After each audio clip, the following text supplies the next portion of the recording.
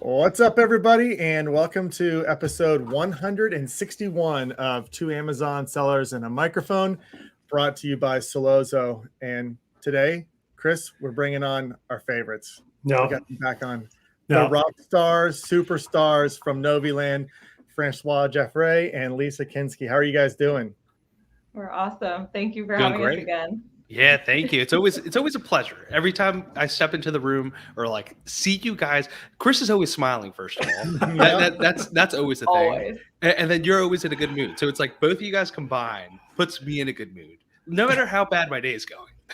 I mean, this is just fun for this is just something that when we started this podcast, we didn't think it would be anything. Like we just thought we'd just throw around. It's still probably not anything, but it's just fun. It's just fun to just chat and learn the space and learn strategy. And I don't even consider this working really. So no, but you guys, you definitely have something good going on. I can't remember who it was, but when I was at the hangout of Wizards at Ecom in Miami, somebody introduced me as she runs one of my favorite podcasts, Link Up Leaders, and my other favorite is Two Amazon Sellers and a Microphone. Oh, so you guys cool. have got something good going on. That's awesome. Yeah, sad we couldn't see you guys in Miami, but I know you guys had that meetup not too long ago in Texas, and so I know you guys played with a lot of heavy hitters there. So no, it's a cool space. It's a really cool space to be in. How was that meetup? How was that meetup down there? She was there most of the time. Yeah. I was in the airport for about 13 hours. Yeah, we heard about that. Yeah, it was BS, but it is what it is. They just kept canceling flights. American Airlines. Thank you, American. Oh, they're so good. So Lisa can tell you more about it. She was there most of the time. How was it, Lisa? Yeah, no, it was amazing.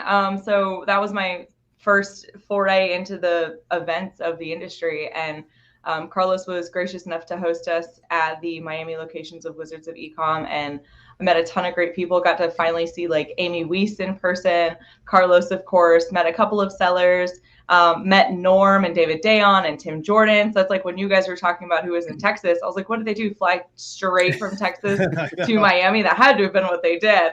I mean, it was awesome getting to know those folks, and made a lot of new friends and heard a lot of awesome stories. Met Frank Acosta and the folks at Seller Rocket. It was really great to just have everybody in the room, and oh my God, the Gatita team. Yoni is a hoot. He is a hoot. Met Aton finally. He's so great guy. But that was incredible, and then Sellers dinner was amazing as well. So everything was just great. Those conferences and meetups and networking are so fun, and they're so important. I mean, you learn so much from all of those different people at those events that, I mean, I feel like you can't go to enough stuff like that. Just the contacts and the networks. I feel like if there's an issue that I have in my business or anything, I mean, I'm like, oh, I can just, let me reach out to Francois and Lisa about, my logistics. Let me reach out to so-and-so. I mean, it's great. Anybody listening right now that is not actively networking and going to conferences and stuff, it just opens up so many doors and you learn so many things. So I highly recommend it. Well, even the aggregators, they were all there. Yes. Thrasio, Heyday, Empire Flippers was giving a great talk about whether or not you should use a middleman, what to plan for. I mean, it's just free advice from firsthand from a lot of these service providers and potential partners. Hopefully next time we will see Solozo there, because you deserve to be at every single one of those events. We're going to try to do that. We're going to try to do that next year. Get out to more events, be out there more, just to get out and network. It's fun. Yeah. What's going on with Solozo? I saw you guys got acquired recently. Tell me more about that. We did. Chris, take it away. Yeah, so it's been kind of in the works. This company called NetRush. We had them on as a client. They got to talking, and they just acquired Solozo to be more of their ad automation offering, or their PPC automation offering for bigger brands, enterprise brands that are just either in retail or they're looking to grow their presence on e-commerce, whether it be Amazon or Walmart or what other platform, Target. So we're just a piece of the pie of the NetRush family. But what Dustin and I are excited about is Now we're not so much pigeonholed into just advertising and PPC. If we work with sellers and they need help with 3PL, or they need help with their creative, with their listing or images or SEO or whatever, we have those offerings now. Whereas before, we'd always had to like make recommendations and kind of lose that connection there with the seller. So now we're kind of a jack of all trades. We can help out with their listings, images, even like consulting is going to be an option. So I don't know. I think Dustin and I are both deciding we can make more content. We can help sellers out when they need it. It just gives us more avenues to grow only ourselves, but also help sellers. And so this is multi-channel too, right? This, like you said, it was like Walmart. Okay. Yes. Yeah. That's awesome. Yeah. Very Yeah. cool. It's it covers. We have a lot of the e-commerce needs covered under the umbrella of NetRush now, and they're a great team. Chris and I've had so much fun. Anytime there's a merger or an acquisition, you're meeting all the new people, all your new colleagues, and we've had a blast. They're awesome. They're experts at what they do. We haven't even met everybody yet, but it's been really fun to be a part of this process, and now to know that what was created at Solozo, the level of service that it provided just fit perfectly into their pie, as sort of the one offering that they didn't have, fully fleshed out. That's awesome. It's gonna be great. We're really excited about what the future holds, and everything that we can do for brands now of all sizes. Whether you're launching your first product on any channel, however you're planning on your launch, whether it's D2C or through Amazon or Walmart, and for Chris and myself, since we just geek out talking to anybody who's an entrepreneur or starting something, and if we can help them in any way, it's going to be a blast now that we can really point them into a bunch of different channels. So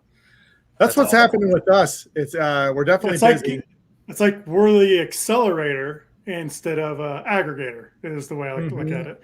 So we help brands like accelerate their sales and grow, and then maybe an aggregator can come in, or maybe we even buy them at some point. I have no idea. We'll see. So. and that really did seem to be the topic, though, of the conference that we went to, the Amazon Powwow. It was really like, what partners can you bring into the mix to help you get to that next level to get a better exit? Yes. So, that makes a ton of sense for anyone that's listening. Welcome to the Link Up Leaders podcast, guys. Yes, We're talking about which everybody who's listening to this podcast should be listening to Link Up Leaders podcast. You guys are fantastic. It's a great show that you put on. And you guys are our first three-peat guest. This is their third time coming on, I think, with us. Nice. Yeah. So you're clearly that means you're our favorite, and you top the list on repeat guest appearances.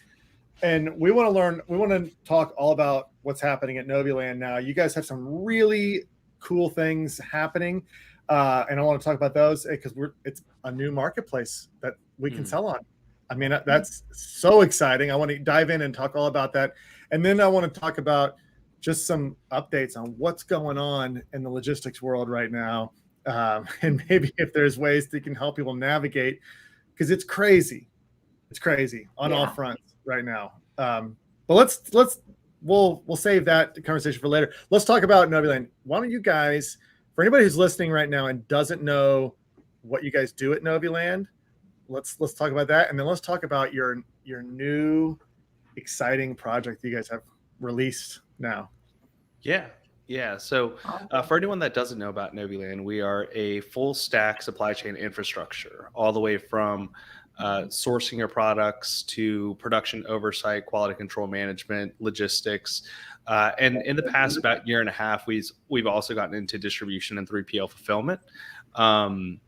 And so we've been spending the past about 5 years to really put all of this into a centralized platform, a single spot where you can go and effectively tell us about your project. We could find the right factory for you, and then handle the production and oversight, of course, on the other side, and just make sure you get the right price for the right quality product.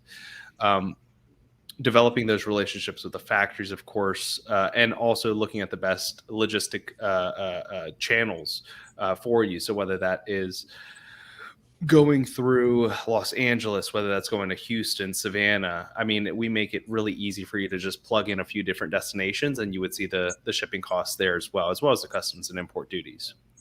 So all that done on one platform.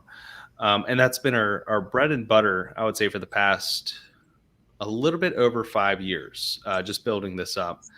And recently we saw there's one hole, I think, in this entire equation that we're not helping fill, and that's really the e-commerce retail side, right? We're noticing a lot of issues, and I mean, don't get me wrong, I don't think anyone is going to drop Amazon to sell on the Noviland platform quite yet, but when you notice things like the rising cost of PPC, the rising costs in distribution, right, the challenges that Amazon is posing with their own fulfillment, and sometimes taking weeks to check in and then to even sell your products.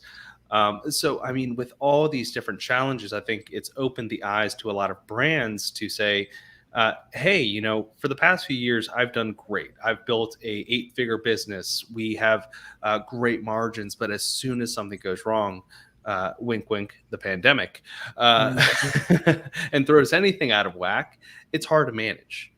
So we really built a newer way, us already knowing and owning the upstream supply chain infrastructure. If we add one more layer to that to make it easier for brands to sell, to make it more fun for consumers to purchase, and merging those together, I think is really key. And at the end of the day, we're a technology company. That's what we're going to continue building, and that's what we're doing today with Noviland Shop. Okay. We're going to talk all about Shop because I just have to, I got to dive into what's going on there. But I want to let everybody know I use Noviland. I use them to source one of my products, and it's amazing. I'll just put it, I mean, I don't know how many capital letters, like, I mean, how can I have all caps? Amazing. So especially for like someone like me, I mean, I go fast. So I love sourcing products. I love researching and figuring out like what I'm going to sell and how I can organize. Am I cutting out by any chance? A little bit. Little. Okay. A little bit. Something just popped up that's in my low internet. Okay. Let me know if I do that again. For me, I'm sourcing products. I love researching them. But I go so fast. A lot of times, like, I just got to get it in. I'm doing a really quality inspection, or maybe going around and checking out different price points, make sure price. No, my experience with Noviland was phenomenal. I mean, I put an RFQ in, product back. I selected one. Am I we out? got Robot Dustin a little bit. Oh no. Yeah. Okay, you guys talk. I'll tell you my story in a minute. Okay, go get that Wi-Fi. Go get that Wi-Fi box from your kid. It's right here. Oh, you got it? Okay. Yeah, I don't know what's going on. I never run out of Wi-Fi.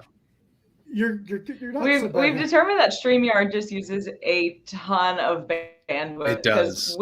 We'll have like no issues at all. Like we had Cassandra Craven on the other day, and she's like, I came to the office. I have the strongest Wi-Fi possible, and hers was cutting in and out. It just eats up bandwidth, unfortunately. Might be time to find a new one.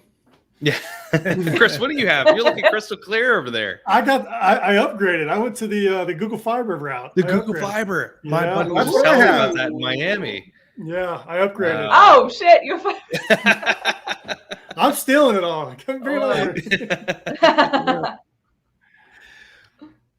But yeah, no, I know it's different than I think most other platforms have approached this in regards to the supply chain. A lot have built out logistical infrastructures for themselves to run in retail, and then started to open it up to third-party sellers, whereas we really want to empower as many creators as possible to just have an additional channel.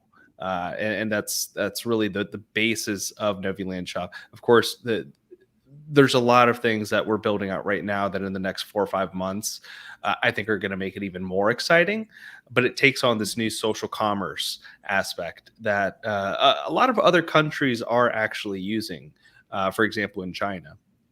Hopefully bringing it here to the US and just innovating on the way that people are able to shop online and shop together, and all the fun stuff that you can do in person, rather you could do it digital now. So how does it work? If I go to Noviland and we've used it for sourcing, and I mean, every time we did like a video, Dustin's like, I'm using Noviland. It's crazy. It's so easy. I'm like, let me see this thing. So like, it was all good. Like all organized. So if I'm using Noviland to source, how can I use Noviland Shop to sell the same product that I'm sourcing? 100%. Yeah, but it's not exclusive. Lisa, okay. You want to dive into that? Right. Yeah. So, I mean, if you actually, Francois, if you want to stand up and turn around, we just got some shirts made that show the full capability of what we were able to do. So you can now source, ship, store, and sell your product through Noviland.com. So really what we've done is, we were always kind of in the upstream part of it, right? You could always source your product, get it shipped. We could do the quality control inspections, and we've got approaching 1 million square feet of 3PL in the US.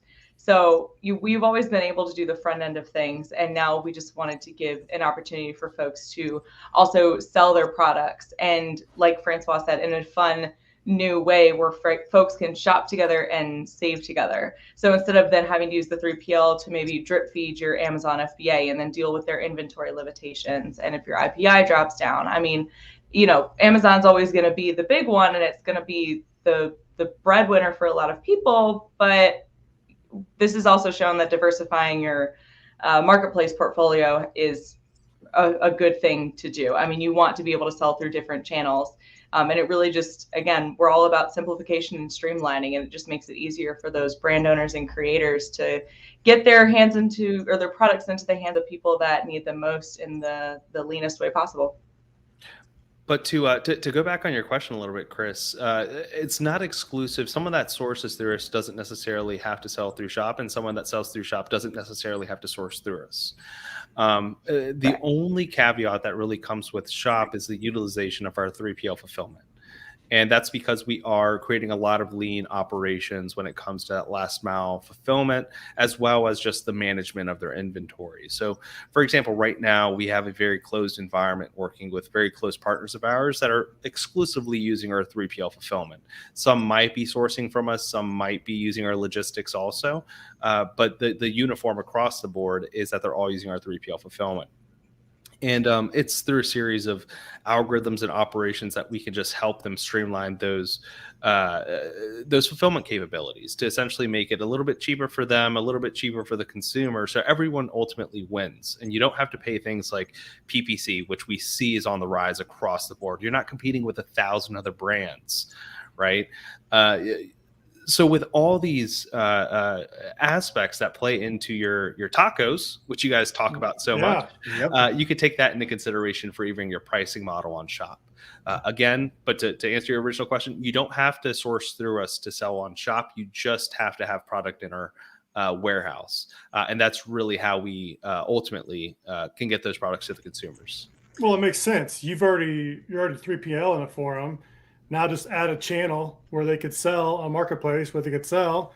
And it's just simple, turn on the knob, and now you can simply sell on a different marketplace. Makes sense. I'm going to plug this computer in really quick. While so unprepared. Yeah, it's all right. Well, I've got internet connections. You look good now. All right. Yeah, you look good now. You guys all just went down for me for a second, though. So I don't know what's going on. we're gonna. It's got to be StreamYard's fault, though. It can't be ours at all. So talking about Shop, so let's say I want to sell on Shop. Is the listing creation, is that all done by me? Is that similar to like setting up a listing on Shopify or on Amazon? Is that basically the same there? Yeah, because ultimately, like, nobody's gonna know your product better than you do, right? So it would be at this point in time, and this is something that we've kind of gone a little bit back and forth on, but at this point in time, you know, we do need the creators to write their own product descriptions. And really, if you already are selling on some of the other marketplaces, you're going to have that information. We may tweak it just a little bit, you know, of course, you know, with your approval, we'll let you guys know the changes we're making a little bit just to match the audience, but it's really, it needs to be creator provided. Yeah, and I mean, we'll take a look at our audience also, and this is a big aspect that Amazon doesn't provide, and it is those consumer insights, right? It's understanding, what do people like, what sort of feedback are they giving you, aside from just the reviews, which sometimes are even just, hey, my package arrived late, 1-star review. Does nobody any good. Right. Well, in this case, what we're actually building towards is this feedback loop for creators, for them to say, hey, I want to launch this new mug, and I want to know what people actually think about it. Do they think the handle is too small? Are they returning it because it breaks when they receive it very easily?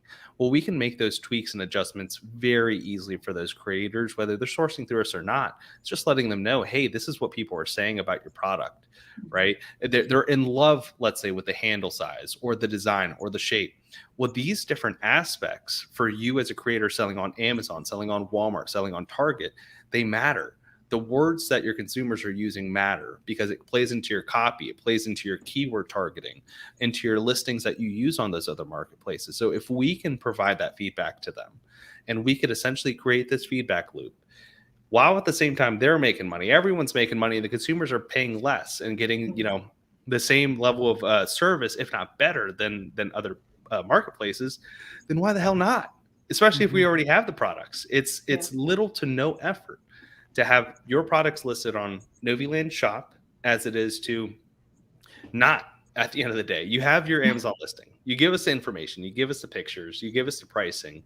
And once we understand some of the USPs and maybe some additional information about the product, then we could just list it and have our consumers start looking at it, start saying what they like, what they don't like, and whether or not they want to buy it.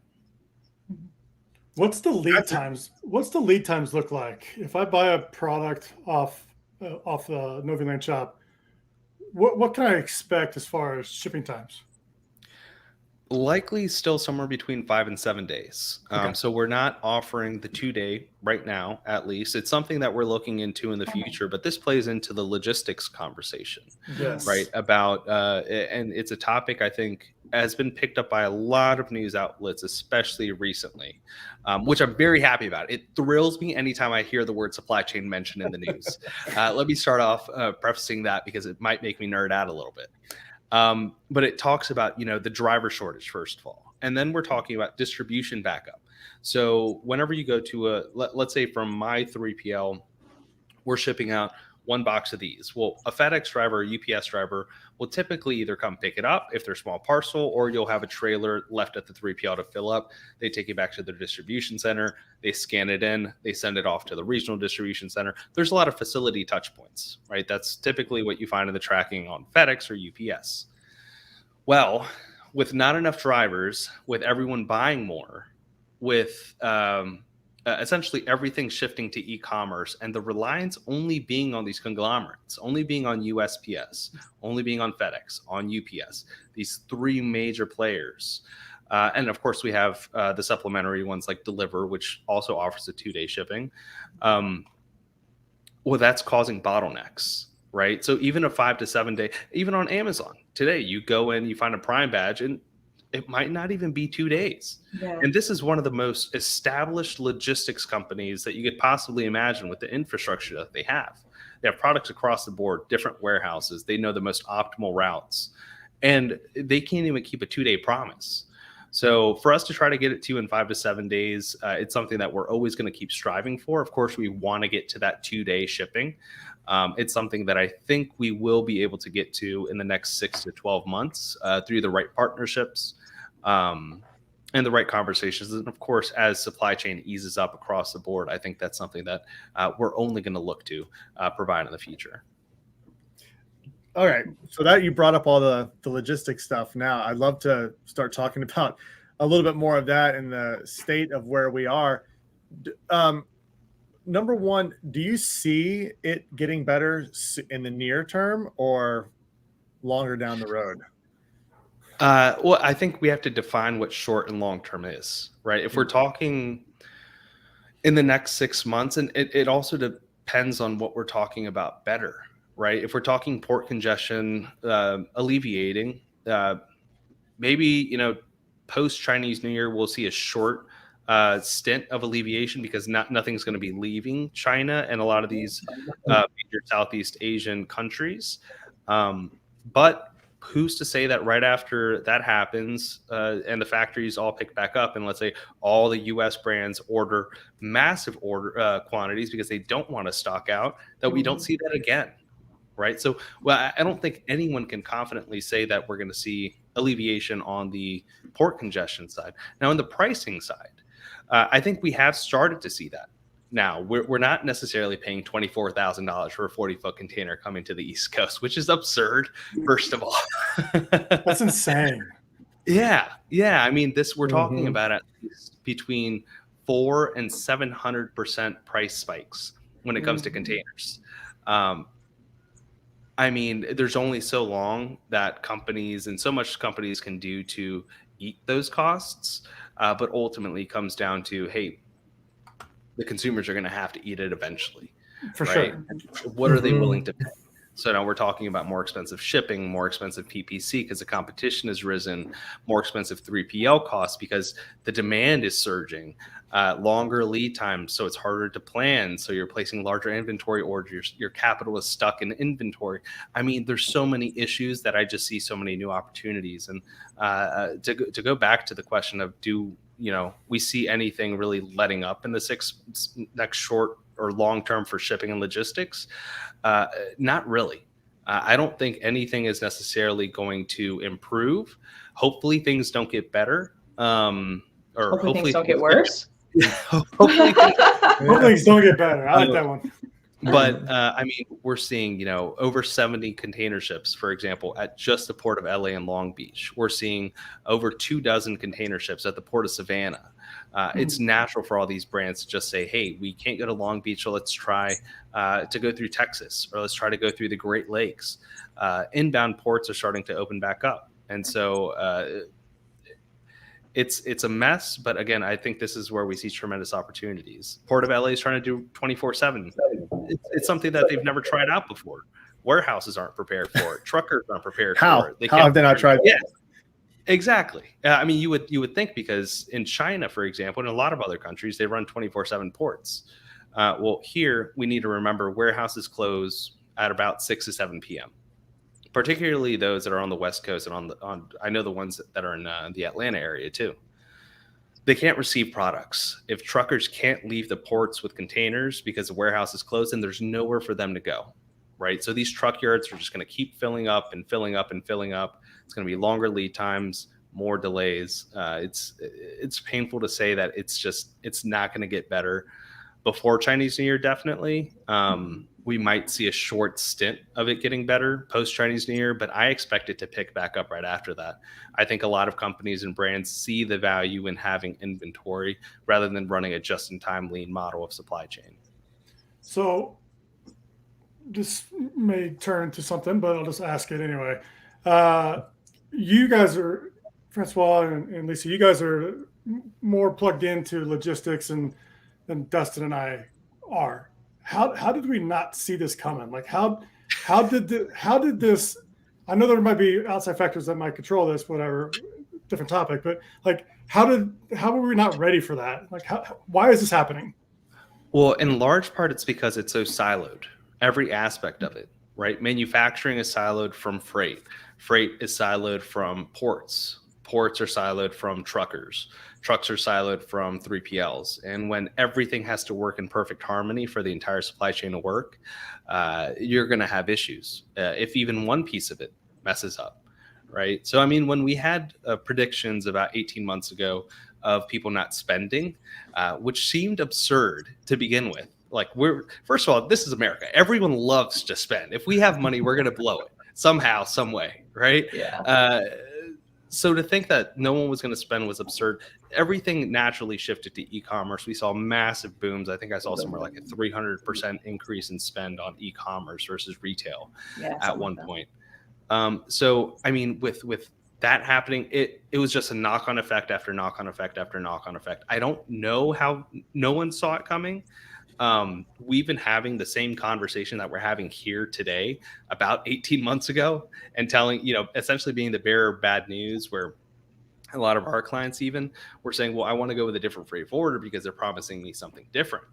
And well, you get what you pay for at the end of the day. That's the only thing you could say to anyone like that. And it's all about, relationships, communications, forecasts, a lot of stuff that we weren't prepared for to begin with, because we've been living in this, I guess, perfect harmony of supply chain, this bubble that we've created on a faulty infrastructure. It's essentially saying, hey, in a perfect world, my supplier is always going to produce within 30 days. My ship is always going to take about 3 weeks. It's always going to take about 7 days to unload. It's always going to take 7 days for Amazon to check it in. In a perfect world, we can account to these types of forecasts. But once you throw a wrench in one piece of it, it throws off the entire thing. Now we're seeing, 75 to 125% increases in total lead times. I mean, it's absurd. So it's something where I know if even we went back to some of our early podcasts that we had with other supply chain leaders, it's almost like not an I told you so, but we had this conversation. This is not out of the blue. It's not something that should surprise anyone at this point in time, at least.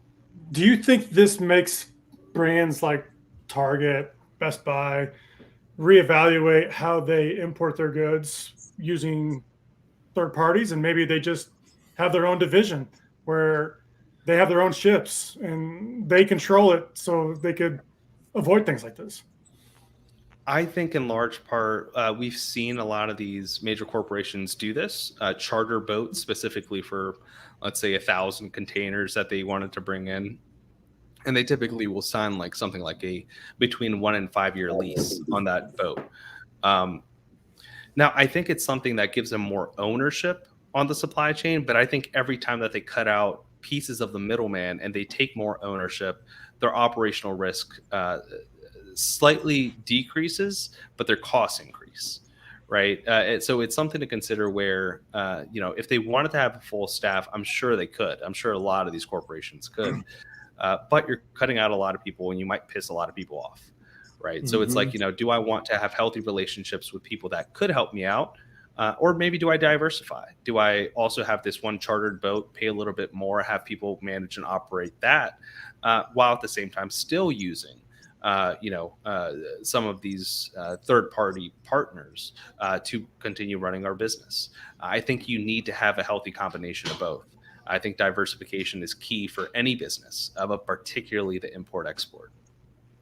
What, for both of you guys, what would you suggest to brands of any size, whether it's, size like the brands that Chris and I run or giant corporations? What do you guys suggest our plan as sellers should be in terms of how we're organizing our orders? Do we order fewer units more often and have them delivered more often? Do we have larger so we can pad our inventory to avoid disruptions? What's the best strategy for sellers to navigate this challenging time? That's a really hard question. I mean, I think it also, it depends on like what your product is too, right? Because like if you sell, let's say those like purple mattresses or Casper, those roll up, mattresses that ship in a little tube and then you got to lay it out. Those have a weirdly short expiration date in their stored state. And you can't ship them after it's something really short, like 12 to 18 months after them being rolled up. Like, so you can't just mass store that and then risk not selling it and it sitting in FBA or a 3PL and then going bad. And then what are you going to do with that product? In my opinion, not having quite the supply chain information that guy has. I personally think that the best thing to do is just start looking into diversifying your manufacturing and maybe reshoring some of those efforts to your country where you have the majority of your sales. So like a lot of people are selling on Amazon.com US. We've had a lot of conversation with folks. There's a lot of great things that you can get shipped, even just produced and shipped out of Mexico. You don't have to worry about the ports. You don't have to worry about the super long wait times. I mean, it's going to be a little bit more on the front end, but when you look at how much you're paying in demurrage and the money lost with the product not getting there on time and your listing being bumped down, it kind of all comes out in the wash if you just have to, fly it or send it by rail, a couple 100 miles. So that's what I personally think is best. Also, not as a seller and not as a supply chain expert like Francois is. So take all of that with a grain of salt. Yeah. And I mean, to add to that, and it will be hard, I think, for a lot of sellers to quickly go to Mexico or to reshore in the US or even in Canada. At the end of the day, it's an economies of scale issue when you try to bring it to the US, right? Most manufacturers aren't going to consider you for a $2,000-$3,000 order unless maybe you're in the supplement industry and looking to white label something. Now, when you're coming from overseas, larger orders are definitely better, but diversifying the way that you're shipping those is important. Now, if you could split it up to an 80-20, where 80% of your cargo is going in a single container and maybe 20% going into LCL shipments to different ports, to different partners, that's a good rule of thumb. It comes down to your cost analysis also. For LCL, you're always going to be paying more than you will for FCL per unit. But also, for your 3PL partner, are they able to receive them more frequently? What are those costs associated with it? Can you floor load your items in the container? If you're able to order more inventory and keep more inventory in the country that you're selling in, that would be key. Now, do you have the capital to do that? If you don't, maybe consider a loan or consider partnering with a larger company or try getting some venture capital. I know there's a lot of money floating around in the e-commerce industry right now. Sellers Funding, I think, is doing a great job. I think Tim Jordan's with them. If you could get inventory here, you definitely should, because your competitors are probably thinking the exact same thing. And you want to take over that market share at the end of the day. But splitting those up between full container loads, less than container loads, consider air freight. If market share is something that you're really focused on, if you know that your competitor can't keep up, even if you lose some money, and bumping up that BSR, I think would be great. You end up getting more organic sales, spend less with PPC. You could create a flywheel effect essentially here if you could beat out some of your competitors. I hope I answered that well enough. Well, and to touch on that now with everybody sort of dealing with this, everyone's going to have to put their strategy together, and there's going to be a lot of struggles with this. What do you see happening during this holiday sales period? I would imagine there's going to be more out of stocking than we've ever seen on Amazon, which is just going to throw it. It's going to open up so many opportunities for the sellers that are in stock. You could do all kinds of things, like raising your price higher than it would normally be, because you have the only one left of that, whatever that product is. People going in and out. Do you see that same thing? Do you see that being more of an issue this year, where there's just a lot more stocking out?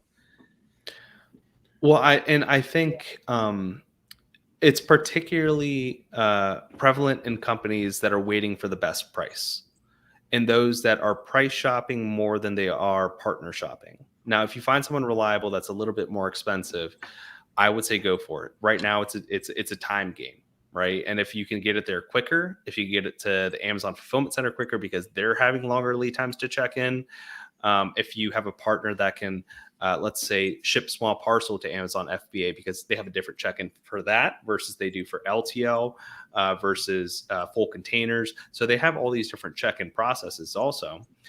Finding the right partner that can find these solutions for you to get inventory in specifically for the holiday season, I think is key. If you haven't placed your order from your overseas factory by now, you're pretty much SOL, first of all. Yeah. If it's just now leaving the port, what are we, November 4th? Yeah.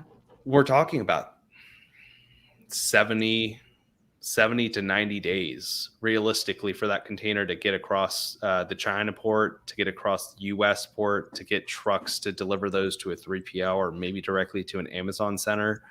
Not only that, is with so many complications, there's a higher chance or probability of your products getting lost. Tracking is significantly harder. So remember that, you know, a lot of these truckers are archaic in the way that they're handling the paperwork. It's really just they sign something, they don't even digitally upload it, they just hand it to their manager, and then they trust that it's been delivered. So even getting those records is going to be complex.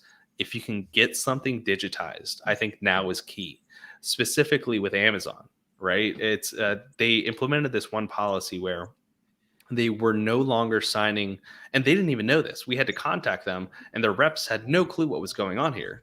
They refused signing proof of delivery bill of ladings, which they used to do at their warehouses.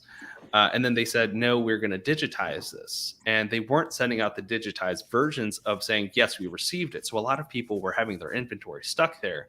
Amazon couldn't process it because they didn't think that they received it, because they didn't even know their own new processes. So if you get it digitized and get a signature on there, that's important. And, you know, understanding supply chain. I think this is a good time for any business owner to take a deep dive into Google, which is very open to pretty much everyone around the world, and just Google, hey, what is going on? What is demurrage? What is chassis? CHASSIS. What is dwelling? What is truck waiting times? So many different aspects that go into supply chain that I think if you at least are fond of, it gives you a leg up on your competitor.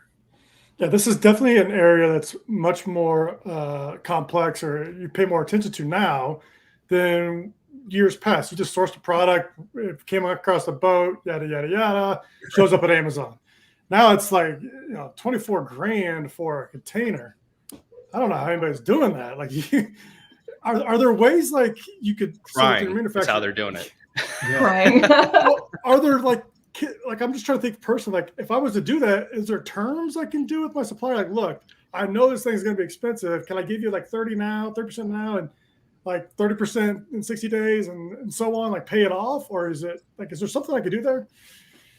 Yeah. It's all based on relationships though, right? Now, if you've treated your supplier, I don't know if you could curse on this, but like crap, right? If you treated them like crap over the past 12 months or 18 months or 24 months, and you treated everything very transactional. Hey, I need this 5% less.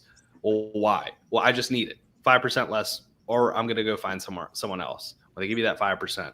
Everything's good and dandy. But now you're getting into these issues of, hey, I'm tied up with capital. What can you do for me? How often do you think they're going to say, yeah, let me help you out right now? Mm-hmm. No, they're booming with business. You're not their only customer, unless you're, you know, even Walmart's, Targets, they all use contract manufacturers, right? And so they have other clients as well. That's why you see very high quality, either very small brand products or exactly the same thing that you would find at Walmart. I mean, let's take the Lululemon leggings, for example. You find those, the Kirkland ones at Costco, right? We all know this.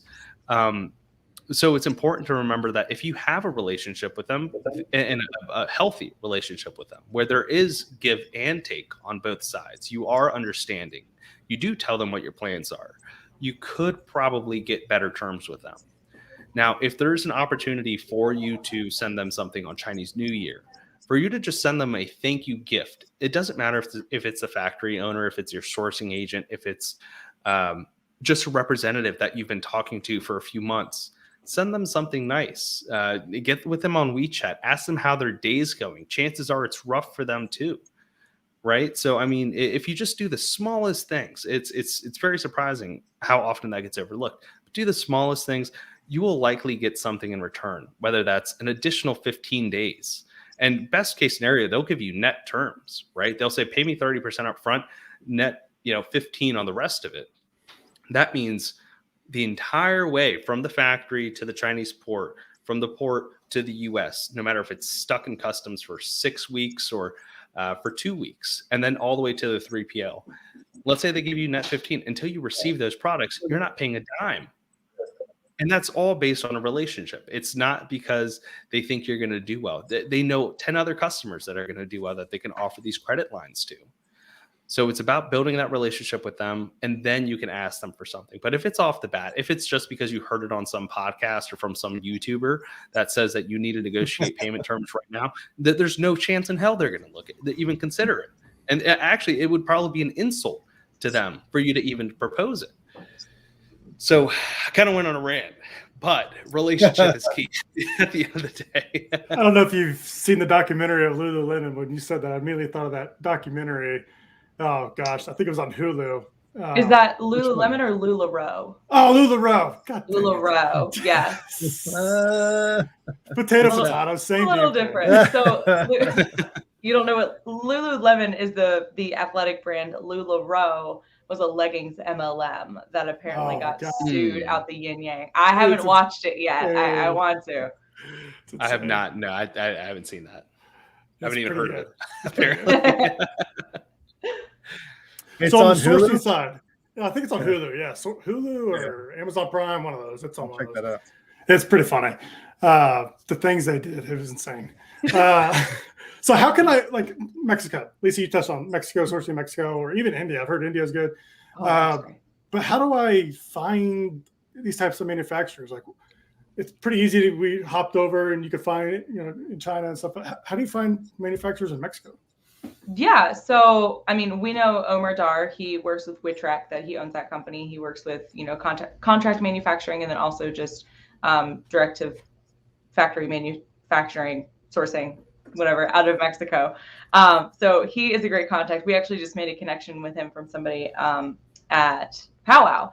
But honestly, like the same I think goes for everybody. You could probably just Google search it, honestly. Yeah. I mean, it's a little bit harder. It's probably a little bit harder for Mexico. It is. I mean, but even in terms of like India is great. They're very strong in a lot of products, and we will always promote her, Megla Bardwaj, with the India Sourcing Network. They just revamped their whole site, and it is gorgeous. And she has a whole map of India talking about the different regions and cities and what they're strong in, and it's fabulous. So Megla is your girl for India, and Omer Dar, OMERDAR for Witrack for Mexico. Yeah, and U.S. Thomasnet. But I mean, again, it all comes down to, with the U.S. and Canada specifically, economies of scale. You have to be mass producing. If not, you have to be willing to pay a pretty penny to start to shift your supply chain into the U.S. Sure. Because too many conversations happen where they just say, "Hey, we're going to find someone in the U.S." Well, not to bash them, but their request is about a $2,000 order, $2,000 in China. So $2,000 in China goes a lot further than it does here in the U.S. So it's important to also take that into consideration. Now, if you're scaling up, 100% diversify. Yeah, always look at alternatives. Oh man, there's always so much to talk about with you guys, and especially right now with all the stuff going on with this. But I do want to jump in because I don't know how I got cut off earlier with and I just have to let everybody know. I mean, my experience with Noviland has been phenomenal. The streamlining of it. I was talking about my personality. I do not like go through. I don't have all my SOPs and set up for what I'm going to do with logistics. But you guys handled everything for me. It was super seamless. From the RFQ to I got a quote. I got quotes back. Got samples. Super easy. Just threw them in a little sample cart. Came right to me, all in one package. That was amazing.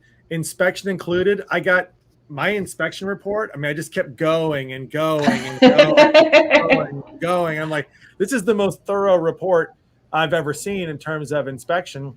I mean, it had pictures of everybody like stress testing it and all kinds of stuff. So just an amazing experience, because it was literally from I did the RFQ. I placed my order after getting samples, and the stuff showed up at my house. I mean, that's awesome. Amazing. It cut out so many things that, and I know that these are factories that are vetted by you guys. You guys have that relationship with them. So, I mean, it's such an amazing process. So anybody who's listening to this that is struggling with either side of it, whether it's sourcing or the logistics part, I mean, this is all in one. Like, what'd you call it? Full stack? Full stack supply chain infrastructure. Yep. Yeah. And we're always trying to onboard new factories. So, I mean, if we don't have a factory today for someone, it's something that we might consider 6-12 months down the road. It's a great experience, though. I'm telling you. And I can tell you the quality. So this is a product I've been selling for a long time. I got a better price, better shipping price, and the quality was far superior to what I'd been selling before. Awesome. I have not yet gotten anything other than a 5-star review on this product since I changed suppliers. So that's giving awesome. You guys, that's because I'm giving you guys both the credit for that. He was like a kid in a candy store when he got a sample. He was so excited. We're going to have to send this over to the team. That's love when our product specialists, because our product specialists also work so hard. And I mean, I just talk about this. That's all I do. They're working behind the scenes to actually communicate with the factories, translate everything that you're actually looking for into a real product, which I think a lot of times is a little difficult with the communication barriers. But I'm glad you had a good experience, and that's what we're aiming for, right? And I mean, if we can get it to you for cheaper, even better. For sure. No doubt. Oh, I know one other thing I got to throw out there. It's just great. So during the inspection, they did find a tiny flaw. They didn't even my representative at Noviland just contacted me and said there was an issue with one of the products. We discovered it. We've already set those aside, and they're reproducing those for you. So it's like I didn't have to have a conversation. I was just getting notified that they found a problem and they fixed it. So I'm really pleased. Of course, I'll be continuing to do this. And now I'm really excited about Shop Noviland. Yeah. Is that the right? Is that how you say it? Shop Noviland? It's Noviland Shop, but the URL is shop.noviland.com. So potato almost. Yeah. Lululemon, Lululemon, same thing. I don't think Lululemon would appreciate that. I don't think so either. I don't think so either. Especially after that little documentary. I don't think that. Well, if anybody's interested out there that's listening right now to either one of these, whether they're wanting to do the sourcing and the logistics, or even add on Noviland Shop as a new marketplace for them, how can they get in contact with you guys? Yeah, so if you want, you can just visit noviland.com. There is a link to shop there, but noviland.com is going to be all the information about the sourcing, logistics, 3PL. For shop, you can go to shop.noviland.com. We do have a section. I believe the link is called Creators. It's down in the footer, and you can application. Yeah. You can join the waitlist to be one of the creators to sell on our site. But in the meantime, go ahead and peruse and let us know. I mean, honestly, anybody listening, visit shop.noviland.com and DM us with your thoughts on the site, the interface, the products, the pricing structure. We're really genuinely want user feedback right now. So you can DM me at on LinkedIn, just Lisa Kinski, or DM us through Facebook or Instagram. We're everywhere. So. Yeah. Well, it looks good. It looks good. Our IT team really built this from the ground up so we could add any functionality that would serve the consumer and the creator even more, right? Not built on something like Shopify, which has great APIs, but it has its limitations. And so, any creators that are interested, and we call them creators because that's what everyone is, right? Both of you guys are creators. You guys created your product. You created your brand. You're also manufacturers, right, of your own brand. And so there's an application at the bottom. It's a wait list. You have to use Noviland 3P on fulfillment to even be considered on the application itself. So if that's something that anyone's struggling with too, you can find that on our sourcing side, just at noviland.com. I encourage everyone to do that. You got to go check them out. And you also have to check out all the content these two are putting out everywhere. Their podcast, Link Up Leaders. It's amazing. You guys are on all kinds of other people's podcasts and YouTube channels. I see you all the time. You guys are very active on social media and LinkedIn. So everyone make sure you're following them. Check out their podcasts. We will have them back on again, obviously. We can't stop at 3. We have to go to 4. 4 Pete. The beauty of this whole business model is it changes all the time. There's always something. You never know when there's going to be a pandemic and a container ship parked sideways in Suez Canal. So you just never know what's going to happen, which keeps everything, keeps us on our toes. That's why we love talking to you guys. So really appreciate you coming back on, going through sort of the updates of what's happening both with Noviland and with logistics. We'll do it again. Everyone who's listening right now and you like content like this, make sure you subscribe to the podcast on whatever platform you're listening to. Also, if you liked live streams, if you want to see us, if you want to see the amazing, cool guests that we bring on, see their smiling faces while they're talking, we live stream these. So you can see that on Solozo's Facebook channel, our Facebook page, LinkedIn page, and Solozo's YouTube channel. Make sure you like, subscribe to those as well. Turn on notifications so you can see when we go live. And if you're gearing up for Q4 and you're ready to ramp up your advertising on Amazon and you need help, you want to make sure you're optimizing towards your goals this holiday season, Solozo can help you out. Go to solozo.com. You can book a demo with either Chris or myself, and then we'll do an onboarding call with you too. After you come on, we'll talk all kinds of strategy. We can help get those campaigns set up to be for optimal performance during this great holiday season. So make sure you go there. All right, everybody. That was a blast, guys. Thanks for coming on, and we'll see everybody next time. Have a good one. Thanks, you guys.